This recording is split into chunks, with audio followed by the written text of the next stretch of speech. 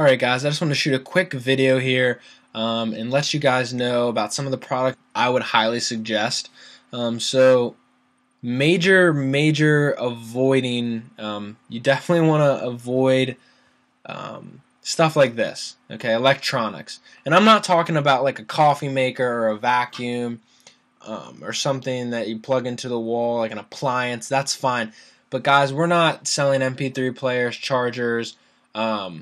We're not going to be doing, headphones, computer systems, things like that, because these things tend to be very fragile with shipping, and sometimes there's glitches that just can't be fixed due to the technology inside of them. So please stay away from, MP3 players, cell phones, headphones, microphones, things like that. But appliances are fine. Now, other thing you guys want to stay away from are as seen on TV products. Alright, you definitely don't want to be selling as seen on TV products because everybody knows that they're $19.95 or they're $29. Everyone knows the price of them is what I'm saying. Everyone knows that a ShamWow costs $19.95, and then if you call the number in 30 minutes of the commercial, you get 2 of them for the price of 1. Okay, you don't want to get caught up in that.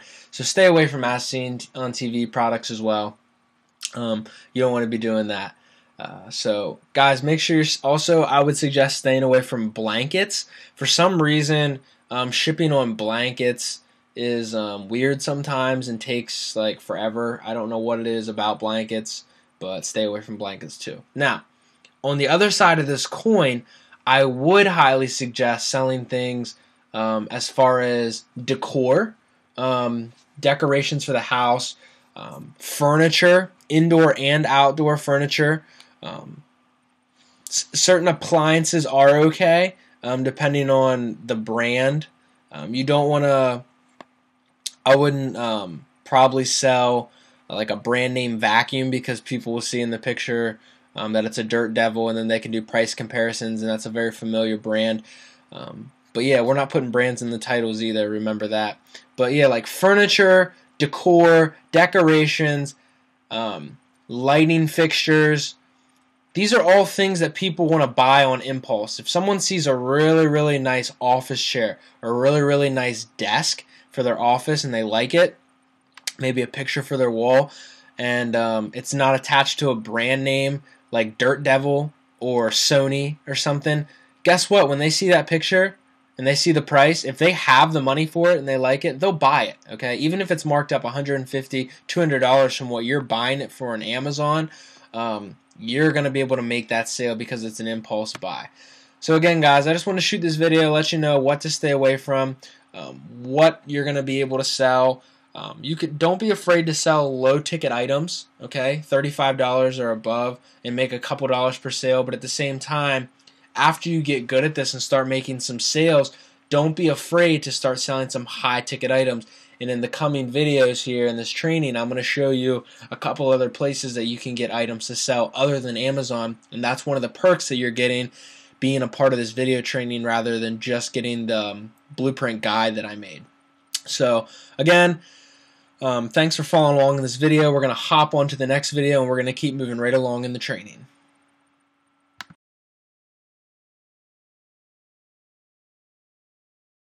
Alright guys, so I wanted to shoot this quick video about avoiding some of the common pitfalls people have. Okay, getting started with this, it may seem like it takes a lot. Setting up your account, getting products that you think will sell, getting them up and listed correctly, dealing with limits from PayPal and eBay. But look, after a month or two, you'll have this running on autopilot. It'll be smooth. You'll be making sales, $100,000, $1,000 a month, depending on how large you scale it. 4 figures a month. People are making 6 figures a year with this. Okay? And I don't know how many of you guys are actually going to follow through with this training, but I do want to help out you, you guys that are going to follow through with this training. Alright? And I want to do that by shooting this quick video, a couple of the pitfalls to avoid. Alright? Now, when you're going in here, let's say you're just typing in frying pan. Alright? And you're searching for items to list. Alright, you got this frying pan. Okay. Click on it. You see that they've sold 117 of these bad boys. Alright, and now I'm going to go ahead and highlight this. well, you could search Google for it, but I meant to hit copy. And we're going to hop over here to Amazon. Go to Amazon.com, and we're going to paste it in there. Alright. Can't find the exact one. So let's go back here. See, as seen on TV, you want to stay away from that. Honestly, you just don't want to deal with that. You want to stay away from it. Let's see. Non-stick frying pan. There's too many people messing with that, and the prices aren't really what you want. Let's just click on this. They've sold 36 of these. And again, this is just how you find products to sell. But I'm going to show you the pitfalls. So paste, search. Okay. Right here, we're finding them. Alright, now here, perfect. These are being sold cheaper, okay? They're actually being sold for a cheaper price than Amazon over on eBay. When you see that, don't get discouraged. What you have to understand is there are wholesalers, there are people that actually have access to these products, buying them right from the warehouse, right from the distributor, and selling them on eBay. And these are usually larger companies or people who have an in with someone who works there. So a lot of people will stop listing or give up on this because they think that they can't find the lowest price. The other thing is, when you're going around eBay, okay, and you're finding, let's say you find something that somebody sold and you go to Amazon and they're selling it for $10 more and you're like, okay, I can make a profit on this. Let's say that this was over on Amazon being sold for $39.95 and this person's over here selling it for $49.95, and you're like, okay, I'm going to list it and I'm going to make some money on it too, but I want to be the cheapest price. So you go ahead and search this on eBay and you see that it's being sold from all these different prices. You find one for 44, one for 42, this one for 49, one for $39.99 even, just like it's being sold over on Amazon. And you're like, oh my gosh, I can't find the cheapest price. But you know that you've seen that it's sold, okay? Alright, you've seen that it's sold, but you can't find the cheapest price. Don't stress out about it. If it's sold on eBay for a profit from Amazon, go ahead and list it. Mark it up a little bit, out-title them, alright? Don't get caught up, 4 hours later, after researching this, you found out that there's all these different prices and you don't know what to do. Stop worrying about the price so much. Just list it and out-title them. That's all I can preach, is list and out-title. Don't worry about wholesalers from the distributor. Don't worry about people selling it at a cheaper price. Sell it at a similar or marked up price and out-title them, and you will eventually make sales. And let me warn you, when you make your first sale, this will become very addicting, okay? And it's going to be addicting for a while. So again, guys, don't give up on this. You got to take some action. I just want to shoot this video and let you know about some of the common pitfalls people have. They get caught up in the pricing. They get caught up in all of the competition. Don't worry about it. Just if you see that it's sold on eBay and that it's been marked up from Amazon and it's sold, go ahead and list it, set your price, out-title, and start making some sales. So we're going to keep moving in the next couple videos, but I just wanted to shoot this mindset video so you can overcome some of the obstacles that people usually start out with and sometimes prevent them from making any progress. So go ahead and hop down to the next video and we'll keep going with the training.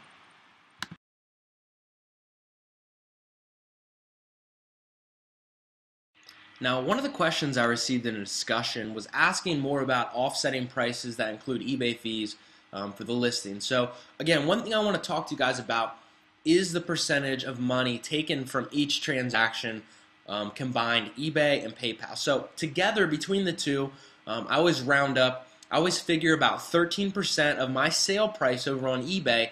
Between eBay and between the PayPal fees, they're going to take about 13% total of that price. So again, this is something that personally I try and calculate into my profit margin. And that was one of the questions, if that's something I do. And yes, I do that, but I kind of want to share with you guys the math behind that. So I did a little bit, I kind of did an equation here, and I want to share this with you. So again, it is up to you. But like I said, between eBay and PayPal fees, they take around 13% of the sales price. And personally, I always take this into account to make sure my profit margins are where they need to be. So, for example, if I was selling, if I was selling on another website, if I had an item on another website, let's say Amazon, that was selling for $100, and I wanted to sell it on eBay, and I wanted to make $20 profit, then I would also have to add in that 13% to make sure that my profit margins were where they were. So let me just kind of show you the math. So again, I kind of just did it in my head, the 140. I figured about 13% of that would be around $20, right? So here's the math behind it. What you want to do is take your sales price, wherever you think you're going to start for your sales price. So my item's at $100, right? And I started at 140. So I take 140 times 0.13, 13%, and I find out that 13% of 140 is $18.20. So if I take $140 and I subtract 13% of it, which is $18.20, right, it leaves me with $121.80. So this is what I actually would get, okay, from the sale. So I've subtracted my 13% from the sale. I get $121.80, and then I just subtract the actual cost of the item from Amazon, which is $100. So I'll just, actually just do this. So $121.80 minus the original cost.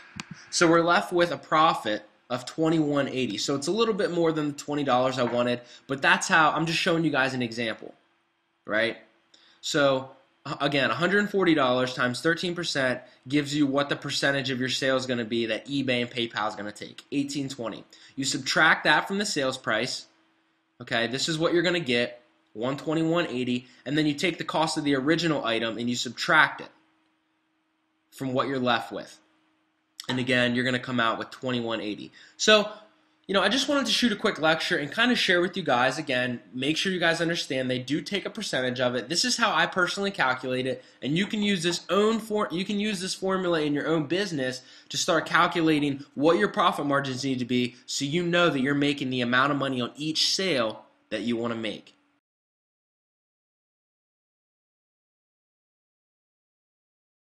So here we are. We're in the lecture where I'm going to talk to you about items that need to be returned and problem orders, okay? And I'm going to tell you something right now. It's really not that scary, okay?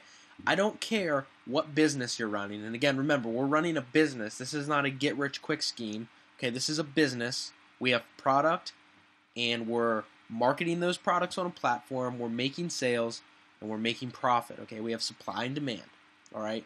Now, it doesn't matter what you're selling. You could be selling cars. You could be selling houses. You could be selling jewelry. Whatever your business is, okay, online or offline, there's always going to be returns. So please do not let this scare you. Okay, a lot of people have been messaging me, asking me this question. They're saying, look, Jake, I love the training. I've been through it. I've seen the results from other people. Okay, I've seen that other people are making money. Other people are making sales. And I really want to get started with this, but I'm just worried what happens if there's a return. What if a customer needs a return? Let me just tell you guys right now. I've had this happen to me before. Okay, this isn't something new. So let me just explain how this works. Okay, it's actually really, really simple. Now, the first thing I want to point out, some of you may have seen this little link here that says return a gift. Remember, we're marking everything as a gift before we ship it out.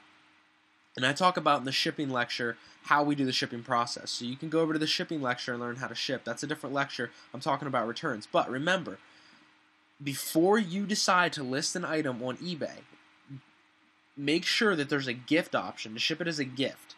Okay, because we want to mark everything as a gift before we ship it so that there's not a price printed on the packing slip in the box, because they always put a packing slip in the box. This goes for all the websites we're working with. Make sure you have a gift option for every item that you list before you list it and sell it. Okay, that's important. And like 95% of these items can be shipped as gifts, okay? So just check that. Mark it as a gift and ship it out. Now, we're not going to return as a gift, okay? Because this option right here is for people who received the gift. So, the only time you would do a gift return, even though we're shipping everything as a gift, is if you were the one that received a gift. So, for example, let's say it's a holiday, and one of your relatives or friends sends you a package from Amazon as a gift, and you're the one who received it and you need to return it, then you would do the gift return process. But because we're the ones who bought the item and shipped it out, even though it's a gift, we bought it and we shipped it out, we use the regular process, which is very simple, okay? You can go into your orders, all right, and you're going to issue a refund where you submit return request, okay? So up here, you can go into your account, go to your orders, and that's where you can go in and submit a return request. And what they're going to do is they're going to give you shipping options, and you're going to choose any of the shipping options that require a return label. And all Amazon's going to do is simply email you a return label. And all you do is you forward that on to the buyer. It's that simple. When they get that email, all you got to do is message them and say, hey, just got your information that you want a refund. I'm going to be sending you a return label via email in the next few days. Check your inbox. Okay? You come over to Amazon. It takes just a couple of seconds. You submit a refund request. You choose the shipping option that gives you a return label that's going to be emailed to you, and you just forward that to them. Once you forward it to them, you message them back on eBay and say, again, I apologize for any inconvenience. I just sent you an email with the return label. Stick it on your box and mail it back. Message me when you get that in the mail, and message me once it's sent off and shipped back. Once you do that, I'll issue your refund. It's that simple. That's all you got to tell them. Okay? The other thing I want to stress to you is that you can actually get really, really good feedback from a buyer, and I've had this happen before, if you just make sure that you take care of them and you're polite. Even if it's a return or there was a problem with the order, if you're polite and you're prompt and you handle the issue and you do it politely with class, a lot of times they'll give you good feedback just for helping them get through the process. Because a lot of sellers on eBay, if you ask for a refund, a lot of times they don't even get back to you within the first week, and it's a hassle. So if you're quick and you're prompt in your response is nice, they're going to give you good feedback a lot of the time. Okay, so it's very, very simple. The other thing I want to talk to you about is problem orders. Every 1 out of 100 or 1 out of 200 people might actually message you a little upset or a little confused and say, hey, I got your package, and then I just went on Amazon or one of the other sites, whatever it is, and I realized I could get the same thing on Amazon for $10 cheaper, for $20 cheaper. All you do, and I've gotten good feedback from situations like this as well, all you do is you say this. You message them back and say, hey, just got your message. I'm so sorry. I would like to apologize. I work for an exclusive buyers club where they send me a list of 50 items a week, and they tell me to list them. They give me the pictures, and they tell me what to list them for. And when the sale's made, they ship them out from the warehouse. I don't always know where the stuff's coming from. I'm not always sure where they're shipping it from. I'm just paid to do the listings and get the stuff up on eBay. I would be absolutely glad to refund you the difference. Sound fair? ? That's all you got to send them. That little message right there. Okay? Now, here's the other thing. Okay, again, you just got to be polite, be prompt, be courteous. And here's the thing, you're actually not going to lose any money on these, because let's say you're selling an item that's $40, right? And it's $40 on Amazon, and you're selling it for $50 over on eBay. They buy it, they get it, they say, hey, look, I just found out I could have got it for $40 over on Amazon. And you say, okay, no problem. I apologize. You tell them about the buyers club, and you say, I can refund you the difference, so that you actually get it at the price you should have. Sound fair enough? They're going to say, yeah, thank you so much. You refund them the $10 difference, okay, and now nobody lost any money, okay, because you paid $40 for it. They paid you $50, so you made $10, right? Now you're refunding them the $10 difference so they get it at the right price, and you broke even. They're happy. They leave you good feedback, and you just chalk that up as a break-even transaction with great feedback, and that's how you build your business. So again, guys, return items, very, very simple. Don't stress them. And problem orders, if you handle them the way I'm telling you guys, 99% of the time you're going to get good feedback. Nothing's going to happen, and you should be good to go.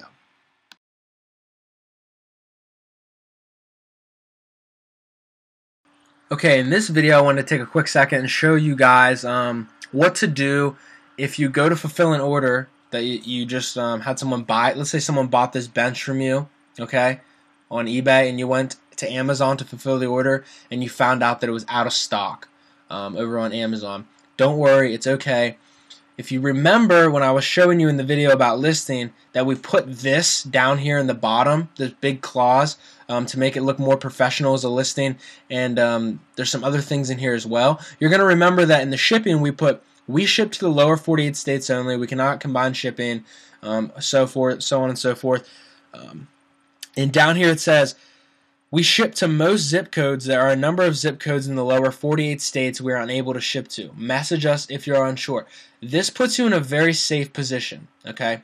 Because now what happens is, either way the customer contacts you, you're okay. If they buy it, and then you go to Amazon and find out that it's out of stock currently, you can just message a buyer and say, hey, in the listing we put that we ship to most zip codes. There are some zip codes we do not currently ship to. Yours happens to be one of them. We apologize. We're going to refund your purchase, and you just refund them the money. Nothing's hurt.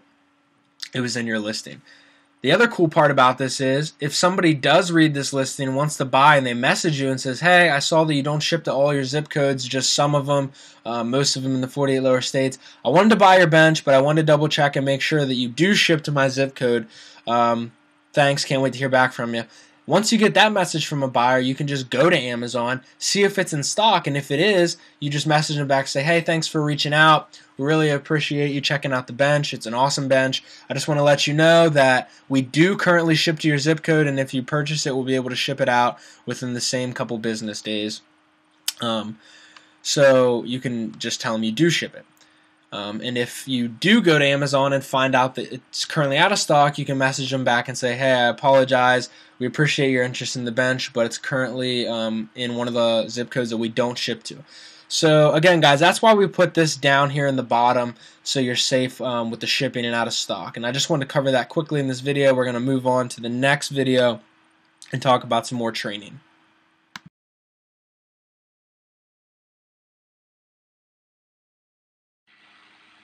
Alright, so in this module, I want to share with you guys a quick little hack that we can use to fulfill an order if it happens to be out of stock when someone buys from us on eBay. And as I go through drop shipping more and more and learn different tricks, different tips and hacks and things like this, I like to come back to this course and update it and share with you guys what I've been learning. And this is one of those techniques. So again, this is something that you can do if an item happens to be out of stock when a buyer actually purchases the item from you on eBay and you go to fulfill the order and they actually are out of stock over on Amazon or one of the other websites that I'm going to show you in the upcoming lectures. So now let's just say that we list this couch over on eBay. Okay, let's say we list it at $89.99 and we have somebody buy it from us, right? And we come back over to Amazon and let's pretend that it's out of stock. Okay, it's out of stock. We have somebody waiting for us to ship it to them. What do? Well, in the last video, I explained to you how we can contact the buyer and the things that we can say, and that works. But this is something that we can do first, and it might save our tail. And if not, we can resort back to the other situation and the other method, which works just fine.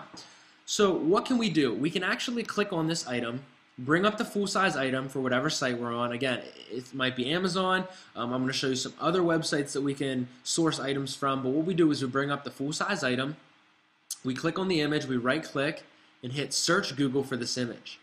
And what's going to happen is Google does this amazing thing where it can search all across the internet for one image and actually find all the different stores that are selling it. And we can actually go through and we can find what stores are selling it. Okay, so you'll notice there's some other eBay listings. We got it at Kmart. We got it at Amazon, Intex Corp, the actual website, Walmart. And we can click on all these different options. And it might be hard to find over here. So I'll go back. Again, go to Walmart. And I'm not seeing the exact same item. So let me go down here and see if the couch pops up.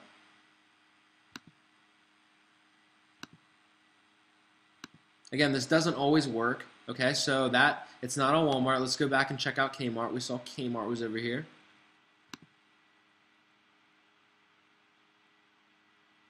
Okay, yeah, so this is the exact same couch from Kmart.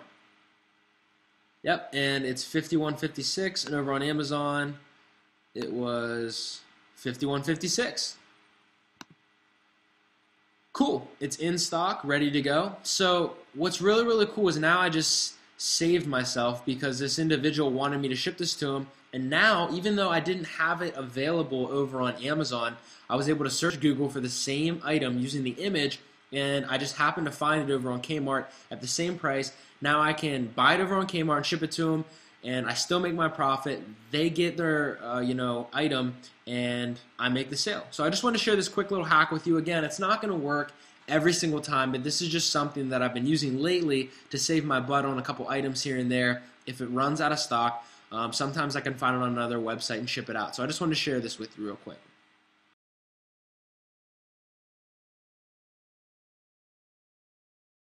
Alrighty guys, in this video I wanted to shoot an on-screen video, and I'm not going to really show you too much as far as the screen goes, but I want to talk to you about PayPal.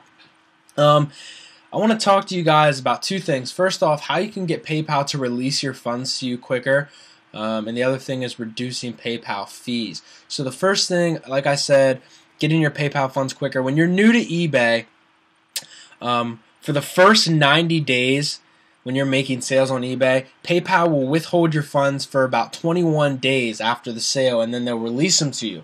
You'll see them in your account, but you won't have access to them for 21 days. Now, the way you can speed this up is when you get your tracking number from Amazon for the order, and you put it over on eBay, like I showed you in the previous video, you're also going to come over to PayPal and provide them with the tracking number.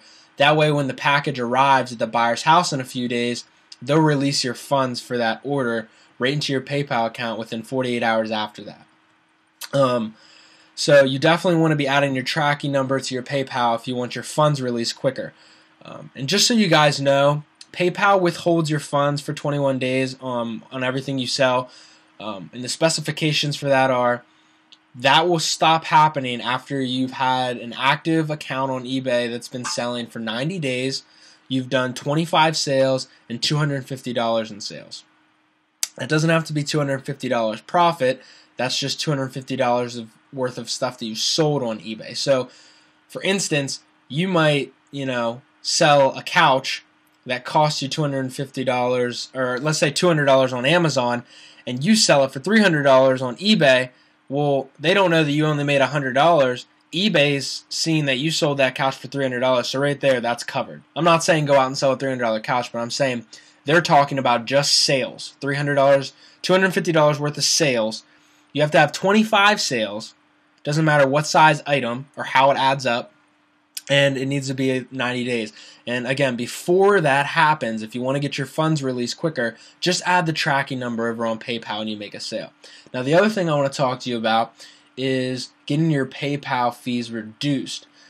PayPal fees are around 2.7% of every transaction done through PayPal, and eBay takes about 10%, so it's about 13% in whole. That's why we always add 13% to our sales on eBay to calculate the fees between PayPal and eBay.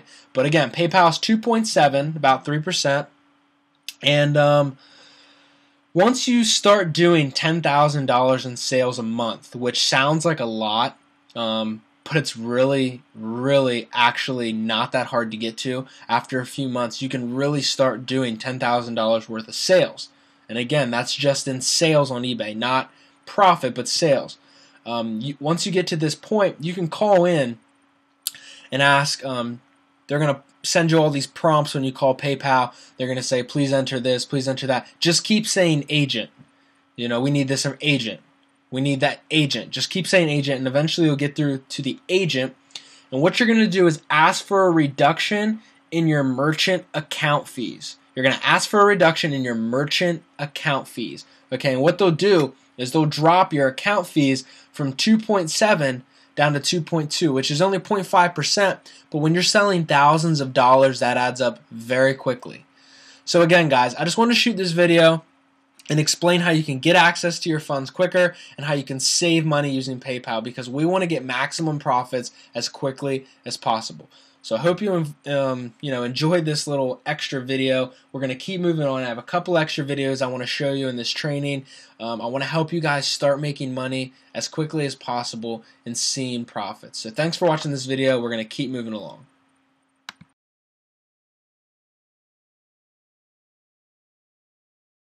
This video, I just wanted to show you guys how you can get your eBay account selling limits lifted faster.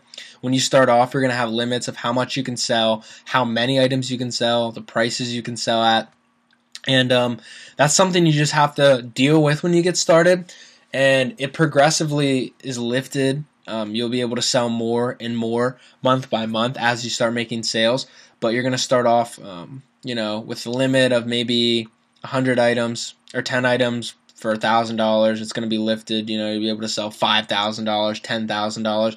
But if you want to get your eBay limits lifted faster, my suggestion to you is to sell a couple items, get your account, locked in with eBay, let them see that you're selling some stuff, let it go about, 2-3 weeks, maybe a month, and see if they expand and let you have some more, lift your limits up a little bit. If not, you can contact eBay, and what you're going to do is you're going to ask to speak with the department vetting. That is V as in Victor, E as in eating, T as in Timmy, T as in Timmy, ING, vetting, the department vetting, and you're going to ask to speak with them. Okay, when you get on the phone with them, they're probably going to ask you a little about eBay, a little about your business model, a couple questions. They might, ask, do you know how to leave feedback? Do you know how to list the item? Simple stuff. You're going to answer, you're going to explain, yeah, I know how to do all that. They're not going to go into detail. It's pretty simple. And they might ask about your business model. If they do, you can just tell them that you get, wholesale items from closeout stores and that you ship them out to people when they buy them. I wouldn't suggest telling them I'm a drop shipper, straight up. I drop ship. Because although eBay encourages it, when you're speaking to the department vetting about getting your limits raised, they might start asking you some more questions about your model, because some people do really fudge it up and they mess up the model on eBay. So I wouldn't suggest saying that. I would say something along the lines of, hey, I buy out wholesale places, or I buy out liquidation and relist it on eBay. And if they ask you why your pictures are all stock, you can tell them that all your stuff's already packaged and that it's just a hassle to unpackage and take pictures. You'd rather just pull the items off the internet. Now, most of the time, after they ask that, they're going to say, why do you want to lift your limits? And what you can tell them is say, hey, I love eBay. I always leave feedback. I always answer my messages promptly on time. My shipping's always done really, really well. We package everything up really, really well, and we make sure it's shipped out at the appropriate time. It's never late. And, I really love eBay, and I love the people on here. The problem is, I have 10 hours a day to work on it, and right now I'm only spending 10 minutes because I just don't have any more room to list all this stuff. And most of the time, if you tell them that and you're polite with them, they'll lift your limits and they'll allow you to start selling more. And they'll tell you that you can call back within a month if you need your limits lifted again. And most of the time you won't have to. They'll continue lifting your limits as you sell. But again, all you're going to do, guys, you're going to call, you're going to ask for the department vetting, tell them answer their questions about eBay, tell them that you have all this stuff but not enough time to list it. Be polite, and most of the time you're going to get your account lifted with all the limits. So, other thing I want to talk to you guys about is multiple accounts.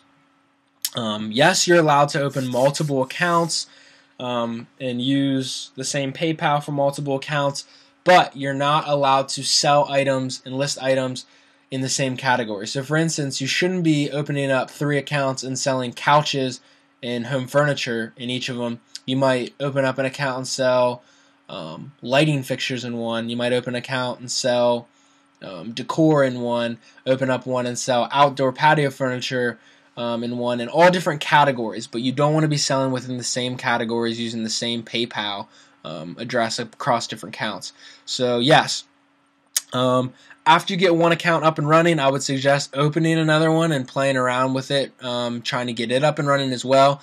That way you can just expand and keep scaling this model.